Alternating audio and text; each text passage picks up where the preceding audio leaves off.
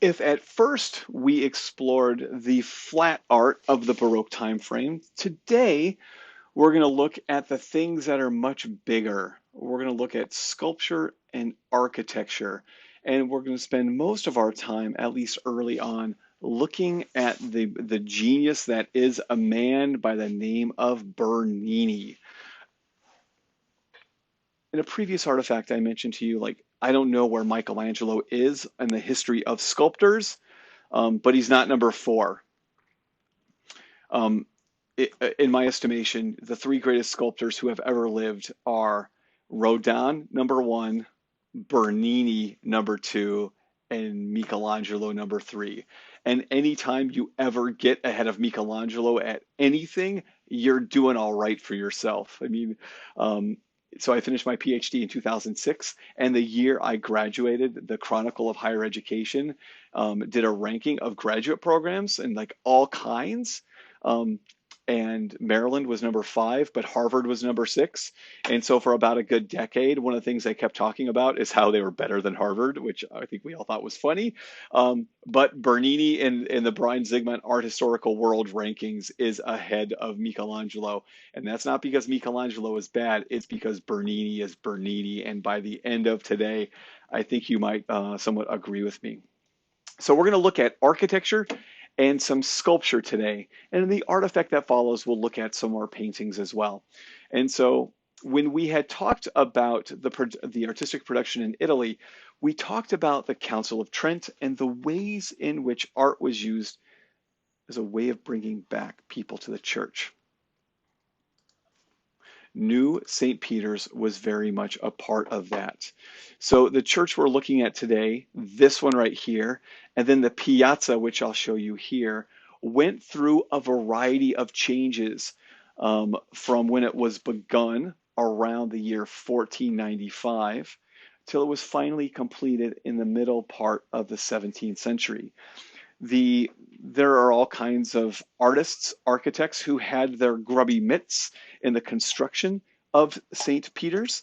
The original architect was a man by the name of Bramante. Bramante was aided in time by Raphael, one of our Ninja Turtles. Michelangelo had a crack at it by designing the dome and also extending the nave of the church. And so originally it was a Greek cross plan. It looked like an addition sign. So you have to imagine it kind of ended over here. Michelangelo had the idea of extending that front nave and making it into a Latin cross. And then in the middle part of the 17th century, Bernini designed the colonnade.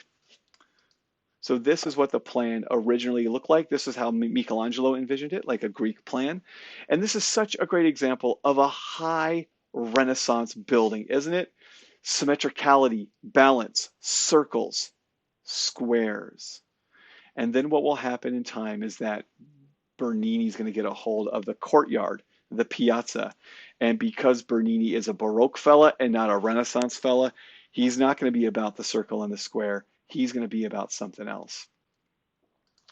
The piazza itself, which dates from the middle part of the 17th century, has these projecting colonnades that come out like this. And this isn't a square, my friends, that's a trapezoid. And then it has this oval shape here and an oval shape there. And Bernini described this as the arms of the Holy Mother Church reaching out to bless the faithful. It's a really important idea. The other thing I'll talk about is how you get to this church. Let me show it to you here. So this is the church, goodness gracious, and this is that courtyard. And this is maybe a better picture to illustrate my point. This road you're looking at here, that road has not always been there. That road, which comes from the Tiber River, which runs this way, this was a 1930s construction. This was done by Mussolini as a way of providing a grand entrance towards the Vatican City. But this didn't exist here. This used to be closed off. And as a result, to get to the Vatican, you walked through little small side streets and eventually worked your way through the colonnade here. And when you did so, the world opened up. I mean, it's like 1 3/4 football fields across here. Now, this summer of 2019, when I was here, was the first summer I'd ever been to Rome in a summer. I'd always gone during, December, and January and February and March. And so some of the pictures I often have the tree and the nativity from the season I was in. When you go to St. Peter's, and you should, try not to come this way because you see the church the whole way through. Try to come this way, because by coming this way, you really approach the space, and it's kind of a surprise moment. It's really quite lovely. I give you a picture, and it's not one that will make any sense to you right now, but it is a spot that you should go find when you go to St. Peter's, because it's a kind of a magical place. This place here, Centro do Colonnado, there's one there and there's another stone there. And this is the magic spot. It's the magic spot when you look at this colonnade here and all of the columns match up. So let me explain what I mean. This one part of the colonnade here, right? It's 4 columns deep. 1, 2, a space, 3, 4. And if you stand right here and you look right there, you see all of those columns, or at least you see 3 of them. Over here, you might only see 1 of them line up, but most of the places they will be multiple columns in view. But when you stand in the magic spot here and you look at this colonnade there, note how all of the columns match up. There's 3 other columns behind this one, and there's 3 other columns behind that one, and there's 3 other columns behind that one. At that magic spot, everything lines up. And the reason Bernini was able to do that was because of the way in which he embraced a new shape that hitherto had been ignored, and that was the shape of the oval. An oval is in essence a circle that's been stretched out. So rather than have one center, you have 2 loci, right? So you can imagine kind of drawing a circle like this and a circle like this, and that has a central point here and a central point there. Because Bernini had a keen understanding of architecture and geometry, he could design this colonnade such that all of the columns line up. It's really, really fabulous. When you go to St. Peter's, and you have the opportunity to go up to the top of the dome. The dome opens at 8:15. I would be there at 7:45. Get through security, be the first in line. And there's 2 ways to get to the roof, and I'll show you the roof in just a second. Way number 1 is to take the elevator. I think that's cheating. Besides, going up to the roof is easy and fun because it's a great, big, gigantic staircase that you can practically skip up. I love it. It's fun. When you get to the roof, you have to walk over, and the roof drops you off sort of over here, because the entrance to the dome is over here. You come up this space, and then the stairwell kind of loops up, and you come out over here. And then you walk over here, and you go up the dome, and the dome takes you up this like this, and then a little shallow stairwell until you get to the top. And this is the view you get when you're there. This statue of Christ, for example, let me find it for you, is that picture of Christ right there. And when you get to the dome, you're up here. And can I tell you something crazy? So the first time I went to Italy, this picture here and this picture here was taken in 2005, my first trip to Rome. And there was nothing at the top of this dome other than like a fence. And recently when there, it was an entire like jail cell. So I had no recollection of this, but 15 years ago, you could quite literally throw yourself off of the dome, like down to the roof of the church, and now you can't do that anymore. I'm not advocating for anyone throwing themselves off of anything, but please note, it's changed, which I was really surprised by. This is a sunny January day. This is a sunny June day.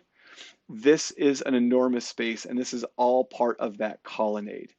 This is an obelisk in the middle of the piazza because the Romans are really good at stealing obelisks from Egypt and taking them back to Rome.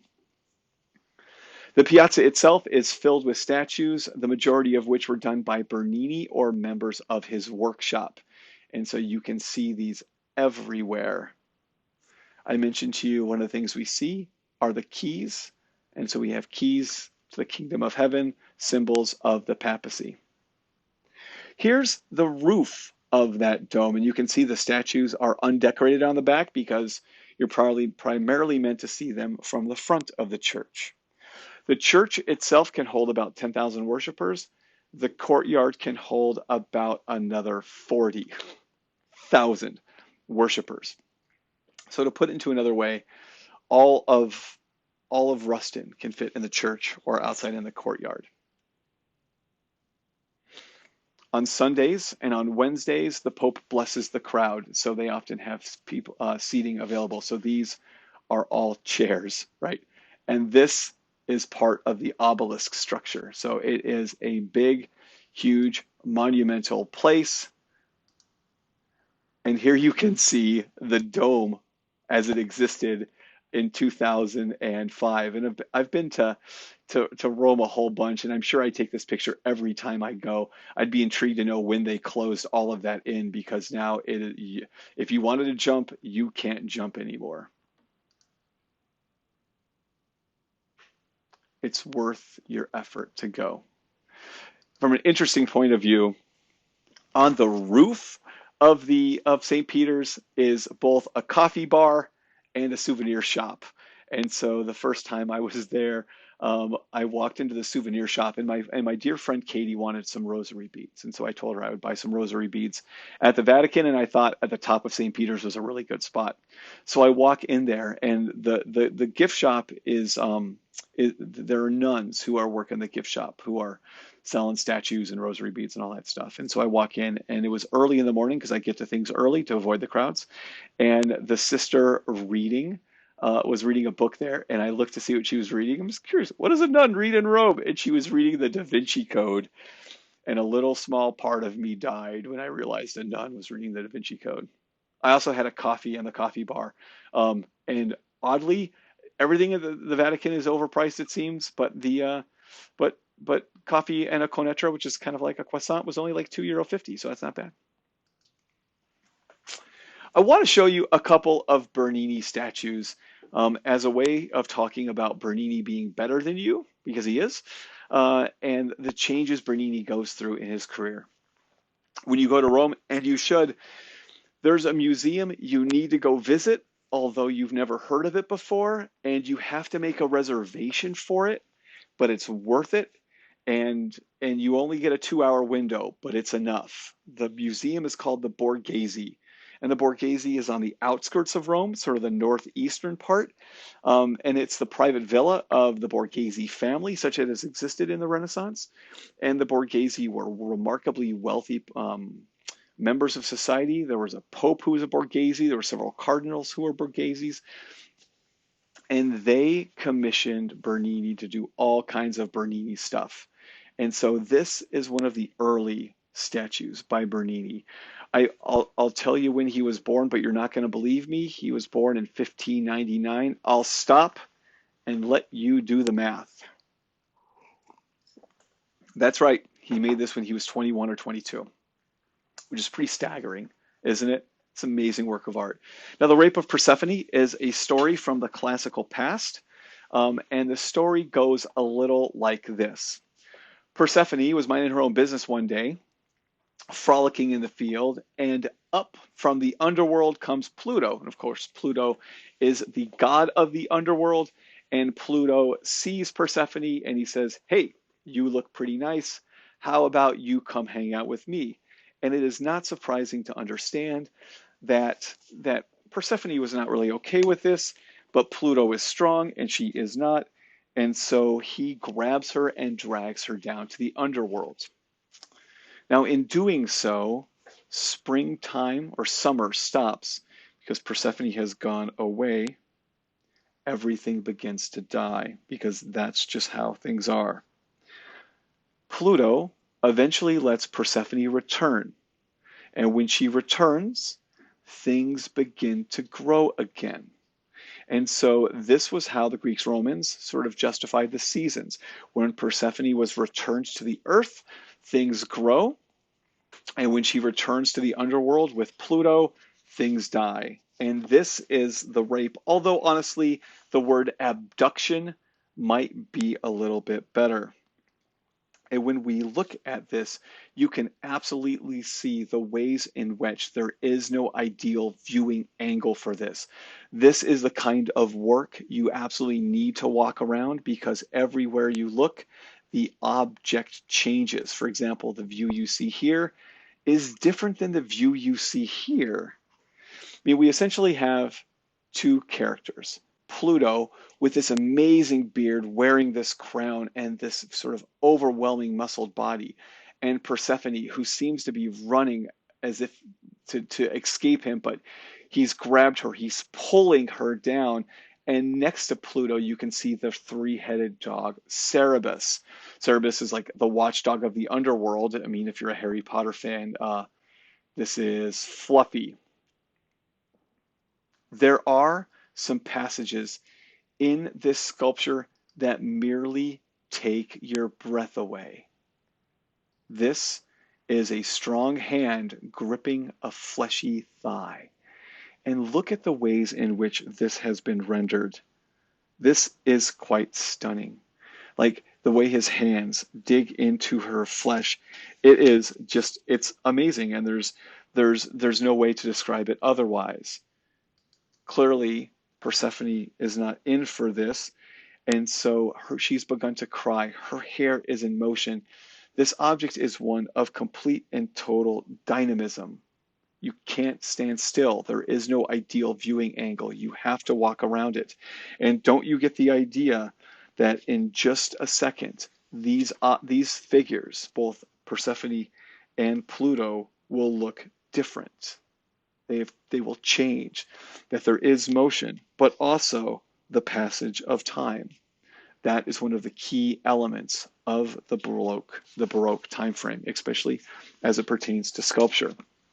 And so let me show you two works that we've looked at before. I give you Donatello's David on the left and Michelangelo's on the right. And when we talked about these objects, we compared them and thought about the ways in which they were similar, same subject, and different, almost everything else. So here we go. Bronze, marble, hobbit size, gigantic.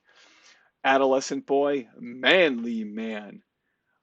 Nude, wearing hats and a boots, all nude. After the battle, because there's Goliath's head. Before the battle, right? Same subject, very different interpretations. And in one of the second room you get to in the Borghese is Bernini's take on this. It's his David, done in 1623, early part of the year. He's 23 years old. Again, Bernini is good. And I often sort of, I joke in class that Bernini took a piece of marble, and this isn't a great piece of marble. Like Bernini's marbles are often flawed and filled with imperfections, like all that dark stuff. Michelangelo would have looked at this and said, "Get that trash out of here." And Bernini's like, "No worries. I will make a purse out of that pig's ear." And so this is his David, and it is just fabulous. Like Apollo and Daphne. This is an object that one must walk around. And can I tell you, one of my greatest laments is that the Borghese does not let you take pictures in it. And so as a result, I have to find other images like from textbooks and what have you, because nothing would delight me more than to show you 100 pictures of all of the things on this object, as they change through time as you spin around it. But I can't. But you can see here that this object is changing as you go along. And I call your attention to the difference between these which we've seen before and this one, right? This one's in motion, isn't he? And if these have an ideal viewing angle, that this one is one that changes and you need to walk around. That's a really important idea. This body is also in motion. He's not in contemplation, although certainly he's concentrating. Instead, this is an action. This is a thing. This is a face of concentration and of effort. The faces students make when taking a test always crack me up. because you make funny faces, right? You bite your lip, you look up, you talk to God, you pray, your eyes go back and forth. This is a face of concentration and exertion. And that exertion exists in all kinds of really fantastic ways. I mean, I think about the muscles, the tension, the fact that this David's body seems to have been created with this kind of potential and kinetic energy, as if it's like one of those like toy cars that you put on the ground and you push forward and you push forward, and in doing so you create this kind of energy in some gear or mechanism in the back of it. Then you put it on the ground and pew, it zips away. That's what this David has. And it makes such an interesting comparison, right? We've already done this, but this is not before or after, it's during. It's during. And his body is certainly not that, and certainly not that. It's like this middle ground. He's not a bodybuilder or a weightlifter. He's like a tennis player, right? This is Roger Federer's body. Like, it's not overly bulky. There's no advantage to being overly bulky as a tennis player, but instead it's long and lean and suitably powerful. And there's no way to look at this from just one perspective. When you go to Michelangelo's David, you should walk around the backside. It's pretty fantastic. But you don't have to, and you won't stay there. And you don't have to walk around to that backside, although you might as well, but there's no real reason to. But walking around this thing is a three-dimensional tour de force that you don't have to do it, you will automatically do it. I've watched people walk around this so much they practically get dizzy. This is true of all of Bernini's statues. And so it's true of the David, it's true of Apollo and Daphne. And you might not know what time it is, but it's poetry time because I found my copy of Ovid, and I'm going to read you just a little bit about it, a little bit about this statue. So in order to really understand Apollo and Daphne, we need to know the narrative that's happening. And Ovid was a classical Roman poet who wrote something called the Metamorphosis. The Metamorphosis. And metamorphosis is a fancy Greek word for change. And the poem, and it's a long one, sort of speaks to the changing of the Roman gods. And this is a great example of metamorphosis because Daphne is going through a metamorphosis herself. The overall gist of the Metamorphosis as an epic poem can be summed up like this. The Greek gods know how to have more fun than you do because they do. The Greek gods know how to party. Sometimes not always in the most ethical, like hashtag Me Too movement sense of the word, but they certainly know how to enjoy themselves. And so I give you a little bit of book one of Ovid's Metamorphosis. But now the young god, Apollo, can't waste time. He's lost his patience. His beguiling words are done. And so, with love as a spur, he races on. He closes in, just as a Gallic hound surveys the open field and sights a hare, and both the hunter and the hunted race more swiftly, one to catch, one to escape. He seems about to leap on his prey's back. He's almost sure he has won. His muzzle now is at her heels, the other still in doubt. Not sure if she is caught, he slips from his mouth. At the last instance, she escapes his jaws. Such were the god and girl. While he is swift because of hope, what urges her is fear. But love has given wings to the pursuer. He's faster, and his pace will not relent. He's at her shoulders now. She feels his breath upon the hair that streams down her neck. Exhausted, wayward, pale, and terrified, she sees Peneus' stream nearby. She cries, "Help me, dear father. If the river gods have any power, then dissolve my gracious shape that forms the form that pleases too well." As soon as she finishes with her prayer, a heavy numbness grasps her limbs. Her bark begins to gird her tender frame. Her hair is changed to leaf, her arms to boughs, her feet by sluggish roots. The girl's head vanishes, become a treetop, and all that is left of Daphne is her radiance. And yet Apollo loves her still. He leans against her, the trunk. He feels the heart that beats beneath the new-made bark. Within the arms he clasps the branches as if it were human limbs, and his lips kiss the wood. But still it shrinks from his embrace, at which he cries, "But since you cannot be my wife, you'll be my tree. O laurel, I shall always wear your leaves to wreathe my head, my lyre, and my quiver." When Roman chieftains crown their heads with garlands as chants of gladness greet their victory, you will be there. And you will also be the faithful guardian who stands beside the portal of Augustus' house and keep a close watch on the Roman crown of oak leaves.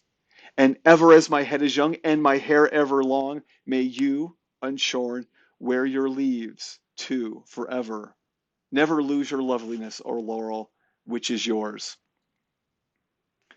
I go back to the best line in all of that. Since you cannot be my wife, you'll be my tree. All right, I'm going to translate this you into conversational English. One day, Daphne is about frolicking in the forest, and Apollo, who's the sun god, sees her, and he says, "Wow, look at Apollo, or look at Daphne. She's not wearing any clothes. She's kind of cute. I think I would like to get to know this young lady." And so he calls out to her, "Hey, Daphne, let's hang out." And Daphne says, "No, thank you, stranger danger. I'm gonna go." And so she starts walking, and he starts walking, and she starts running, and then he starts running, and then she really starts running. But you can't win a foot race with the sun god, right? Like I'm not a physics major, but the fastest thing in the universe is the speed of light. And so Apollo's gonna get her, and he runs after her, and she calls out to her father Peneus, who's a river god, and she says to him, "Dad, I'm too smoking hot for my own good, so help me out and change this body, which does please too much." And so her dad changes her into a tree. "Thanks, Dad." And she becomes a laurel bush. And the laurel bush, the laurel tree, the laurel wreath becomes the symbol for victory. What do we call someone who wins the Nobel Prize? We call them a Nobel laureate. Thank you very much. What were people given when they won an Olympic gold medal? They wore a laurel wreath. Thank you very much. Do you know the phrase to rest on your laurels?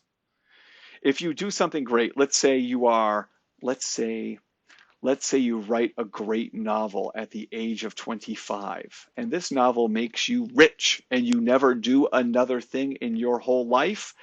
You are resting on your laurels. What you've done is removed the wreath on your head, the sign of victory and triumph, and you're now sitting on it, which is a universal sign of laziness. Bernini's captured all of that. Her toes are growing roots. Her hands are growing leaves. And there is quite literally bark moving up the inside and outside of her legs and along her backside, in many ways, quite honestly, blocking his advance.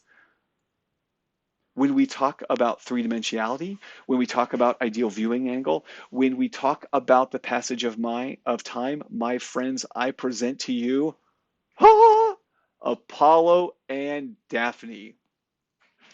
This is it. I can think of no better demonstration of all of the elements of Baroque architecture spinning like crazy in one perfect work of art. And the guy wasn't even 25 years old yet. It's just staggering. And Bernini goes on to not only do this, but design buildings to create monumental works of architecture. The world is a better place with Bernini in it. And here's a great example of that. In the middle of St. Peter's, here under the crossing, is the baldacchino. Baldacchino is the fancy Italian phrase for gigantic bronze canopy over an altar. I'll tell you a story about this. It's a true story, and I still think it's funny. In 2001 and 2002, I was in my first year as a teaching assistant at the University of Maryland. And in the fall of that year, I was a teaching assistant, teaching fellow for Art History 201, which was Renaissance to Modern Art. And this was in the olden days when we used slide projectors and slides. Now, you don't really know what a slide projector or a slide was, but for the time being, how about this? A slide projector projected transparencies of film upon a screen. And in order to get this slide, you had to go into the slide room where there were 10, well, probably at Maryland, 100,000 slides, and you had to know where to find what it is that you wanted. And so painting and sculpture were broken into categories. So if I wanted to find a Caravaggio painting, first place I would go is to Italy, and then to painting, and then to Caravaggio, and then they'd be organized chronologically by date. So if I wanted to find sculpture, the same was true. I'd go to Italy, I'd go to sculpture, I'd go to Bernini, and then I would go look for the Baldacchino, which was begun in 1624. So one day, I want to teach this object, and I go to Italy, I go to sculpture, I go to Bernini, I go to where the Baldacchino is, and it's not there. And I think that's bizarre. They absolutely should have an image of the Baldacchino. We must have an image of the Baldacchino. So I flip through all of the Bernini things, and I can't find it. And I eventually call off to Dr. Gregory, who is the curator of the slide collection. And I said, Dr. Gregory, where is Bernini's Baldacchino? Because I don't see it here. He said, sure, go to Italy, Rome, architecture, Bernini. I was like, why is it under architecture? He's like, Brian, it's 108 foot tall. The thing isn't going anywhere. I was like, oh yeah, it's 108 feet tall. They can't actually get this thing out of the church anymore. I guess you could take it, like unweld it, but it's 108 feet tall. Think about what that means. The average floor of a building is 11 feet. So this is roughly an 11-story building. And look how small it looks in this church. I mean, it's completely gobbled up by the enormity of the size. But this is the kind of thing that Bernini did. You know, just messing around on a Tuesday, this large spiraled colonnade with these enormous, and I do mean enormous, angels on it. On the bottom side of it, you can see we have a haloed dove with light radiating out of it in terms of the Holy Spirit. Atop of it is a gigantic bronze cross and a gold ball. And because it's at the dome of the church, right? And when you go to St. Peter's and you're going up to there, you get to walk along here, and that's a cool view. You can see the light works in really interesting ways. Now, a fun fact about this, I'll give you the Pantheon. And do you remember what these things were called? Shout it out if you remember right now. Ah, I saw you. I see you. Coffers, right? Those were coffers. And originally, each of these coffers, and the autistic part of me has never counted them, although I'm surprised by this, but let's say there's 130 of them, and that seems fair. Each one of them had in it a bronze rosette. A rosette's a kind of like flowery structure, and all of them had them in the middle. And during the 17th century, all of those were removed, and Bernini melted them down to use on that. Now, the amount of bronze that would have contributed to this is maybe like the leg, the upper body of one of these angels. But it really speaks to the idea of the power of objects. And just to illustrate this point, I give you a statue of King George III. I'm an Americanist by training, and so I have to go to American art to illustrate points.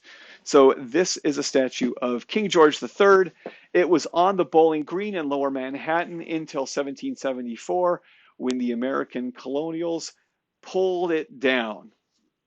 And it was bronze, and bronze is kind of cool. Like, bronze is really cool, actually. You can melt bronze down, and you can do other things with it. So they melted him down, turned that bronze into cannon shot, and fired it at the king's own ships in the harbor.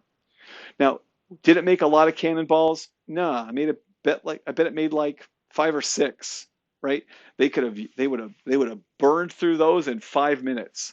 It wasn't just about the material, it was about the symbolic act. And so that's an important idea. The removal of that bronze from a pagan building and using that again within a uniquely Christian context was very much a part of the point. When you go to Rome, you should go down here and check out this thing as well. That's the Cathedra Petri. It's St. Peter's chair. Again, Cathedra chair. That's the seat of the Pope. And he did all of this craziness. There are four gigantic statues of the four doctors of the Catholic Church, and then this bronze chair set into it with this gilded background. So that multimedia use of both bronze, marble, and gold very much comes to us when we think about this work by Bernini. This will be the last real work that we'll explore. It is the Ecstasy of Saint Teresa. And this is such a great example of the ways in which the Council of Trent is working within the Italian world during the 17th century.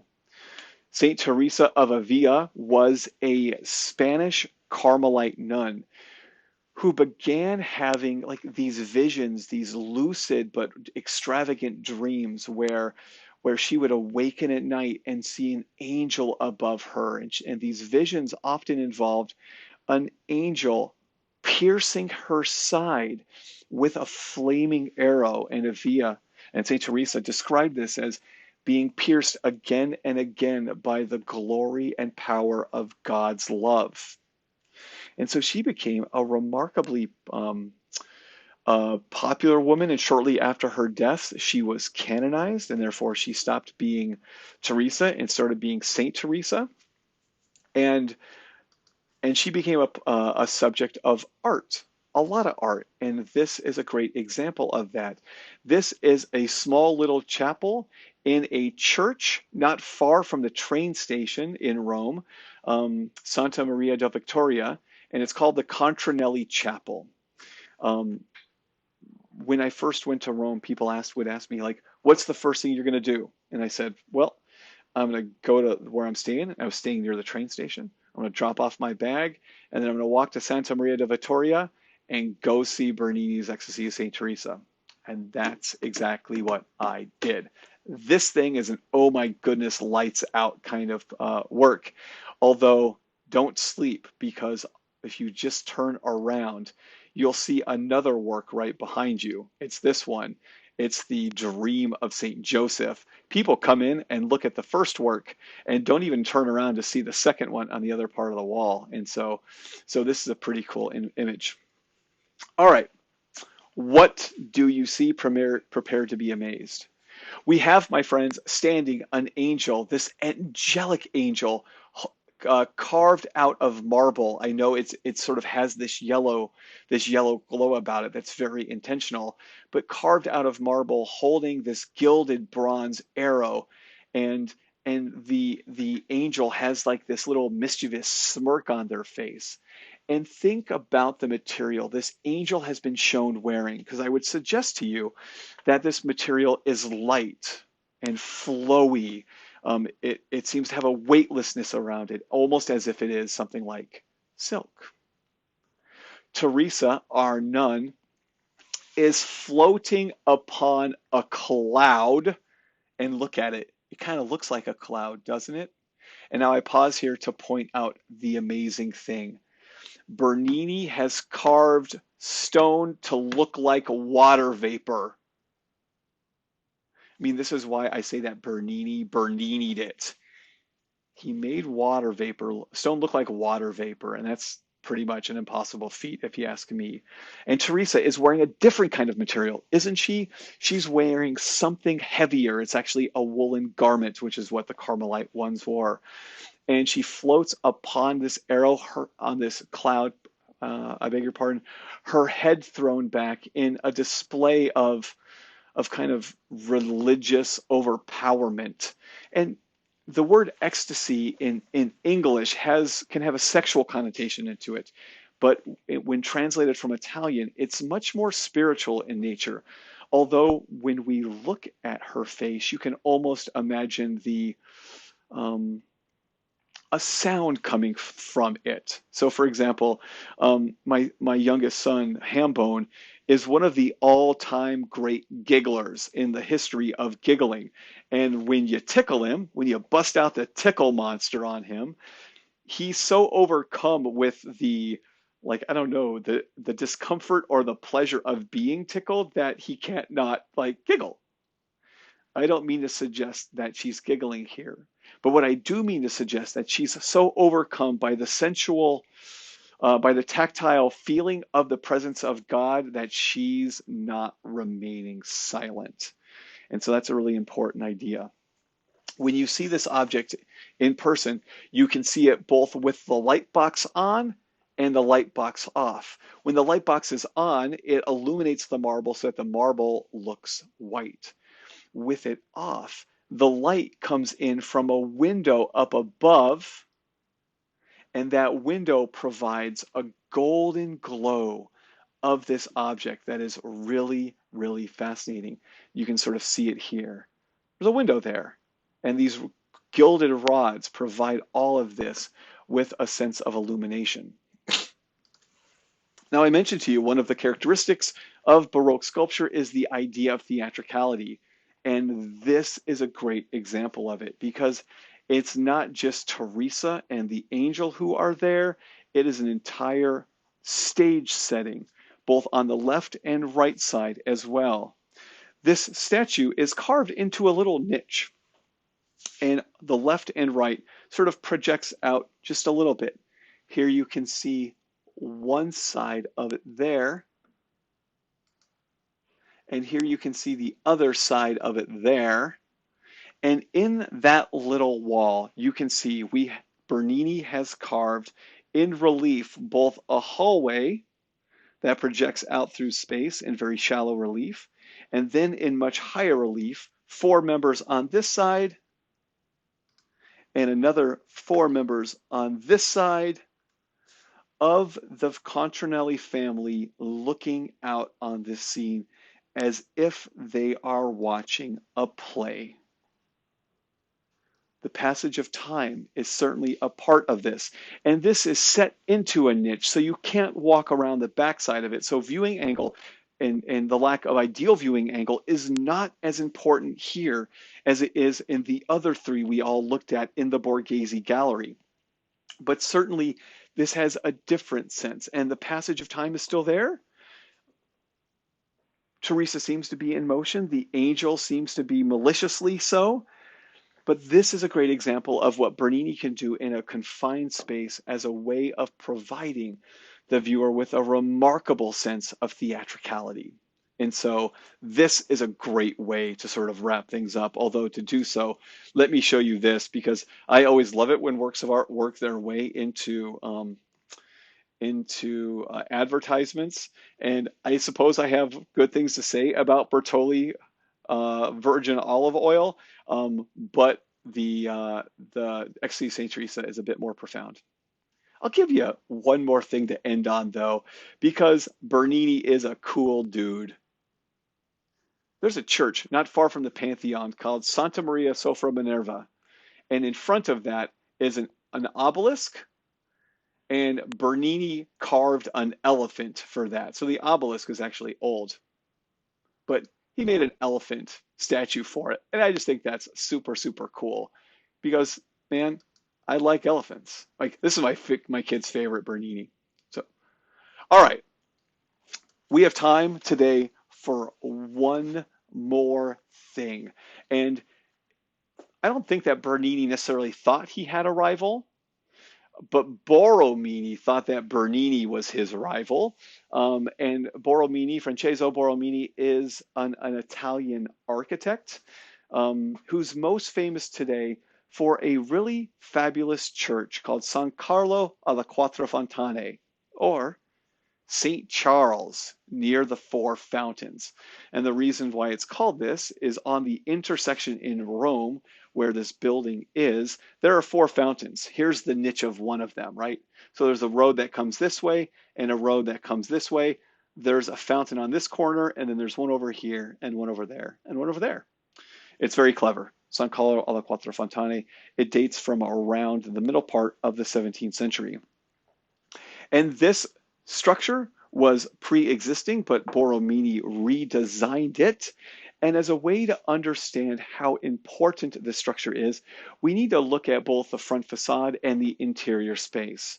And when you look at the front of this church, sort of the north side of it, you can see that the front of it is created by the overlapping and alternating convex and convex shapes. It's like a tidal wave that rolls across this thing from left to right.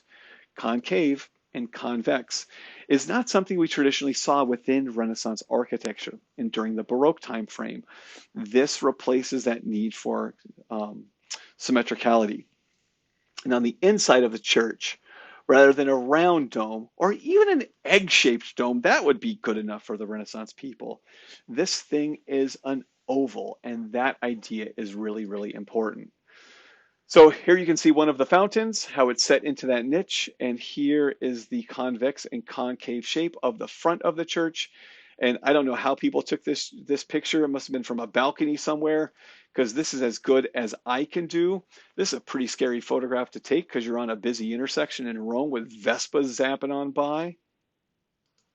But this, in our widescreen format, demonstrates the dynamism of the front facade, this moving left and right, convex and concave shape from left to right. Nothing like this ever existed in the Renaissance, nor either did a dome like this. So I call your attention to this oval-shaped dome. And on the inside, we have this alternating pattern of Greek crosses and octagons. In the center here, we have an opening with the Trinitarian dove of the Holy Spirit here, windows up around there, and at the base of the dome to provide some interior light. But I call your attention to this Greek cross and this great cross and that octagon and that octagon. So there are all kinds of ways in which artists can create the illusion of depth on something flat. And we've talked about this quite a bit. One of the ways we can create the illusion of depth in something flat is by the altering of sizes, altering the scale of the same size thing. So for example, imagine I have a basketball and it's a regular grown-up basketball. And I put the basketball on the desk in the front of the room and the ball on the desk in the back of the room. And I take a photograph of that depiction of two different basketballs. And then I measure the two basketballs. And the photograph of the ball in the front is 4 inches and the ball in the back of the room is 2 inches. You know the basketball is the same size, but because we've gone from 4 inches to 2 inches, we realize that there's distance involved. Oui, n'est-ce pas? So the same is true here. We have this and we have that. They are the same shape. And because this one is smaller than that, there is a certain assumption that this is farther away from us on the floor of the church than this one on the floor of the church. And that is true. But because of the way Borromini has completely monkeyed with scale and perspective, this dome seems much, much higher than what it really is. And that's because Borromini is a smart dude who's playing with our perspective in regards to space. And so that's a great way to wrap up our exploration of Bernini by also looking at one of his great rivals, Borromini, as well. The final artifact of this third module will involve some painting happening in Catholic Flanders, but then also Protestant Holland as well.